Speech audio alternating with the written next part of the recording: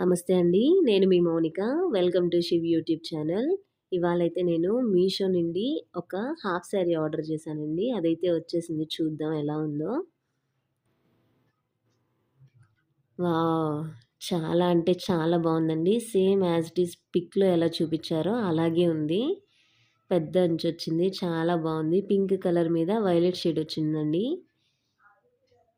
ఇంక బ్లౌజ్ విషయానికొస్తే బ్లౌజ్ కూడా ఎక్సలెంట్‌గా ఉందండి.